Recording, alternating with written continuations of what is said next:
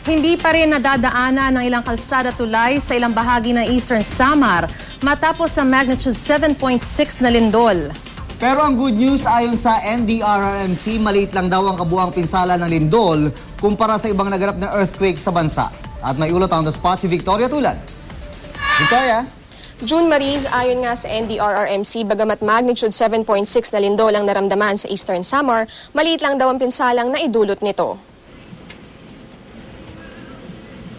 Sa situation report na inilabas ng National Disaster Risk Reduction and Management Council kaninang alas 6 ng umaga, halos 1.5 million pesos ang estimated cost of damage na idinulot ng lindol nung Biyernes ng gabi, habang malapit sa 13 milyong piso ang restoration cost sa mga nasalantang probinsya, partikular na ang Region 8.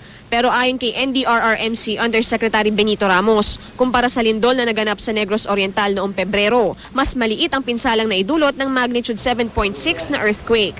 Nangyari raw kasi ang pinakahuling lindol sa dagat sa layong 112 kilometers, habang ang sa Negros ay nangyari 25 kilometers mula sa lupa. Sa ngayon, isa pa lang ang naiulat na nasawi matapos magkaroon ng landslide sa Cagayan de Oro City, Misamis Oriental dahil sa lindol. Kinilala ang biktima na si Emelita Ubalde, 44 na taong gulang. 5 bahay naman ang nasira din sa Barangay Tablon ng syudad dahil sa flash flood. 2 tulay ang bahagyang nasira sa Eastern Samar, ang Buyayawan Bridge sa Mercedes at Barangay Kasuroy Bridge sa San Julian. Not passable to all vehicles naman ng Layog Bridge sa San Julian pa rin. Habang tumabingi pero nadadaanan naman ang San Pedro Bridge sa Kinapundan. Isang mall naman sa Bahada, Davao City ang nagkaroon ng cracks. Sa ngayon may mga natatanggap pa ring ulat ng mga nagkabitak-bitak na kalsada sa iba't ibang lugar pero minor lang daw ang mga ito.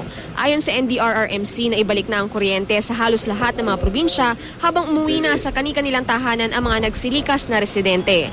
Mula sa Red Alert ay ibinaba na sa Blue Alert ang status ng operation centers ng ahensya. Mariz, ayon sa NDRRMC, patuloy ang kanilang pakikipag-ugnayan sa local government units at local disaster risk reduction and management offices para matiyak ang kaligtasan ng lahat. Mariz? Maraming salamat, Victoria Tulad.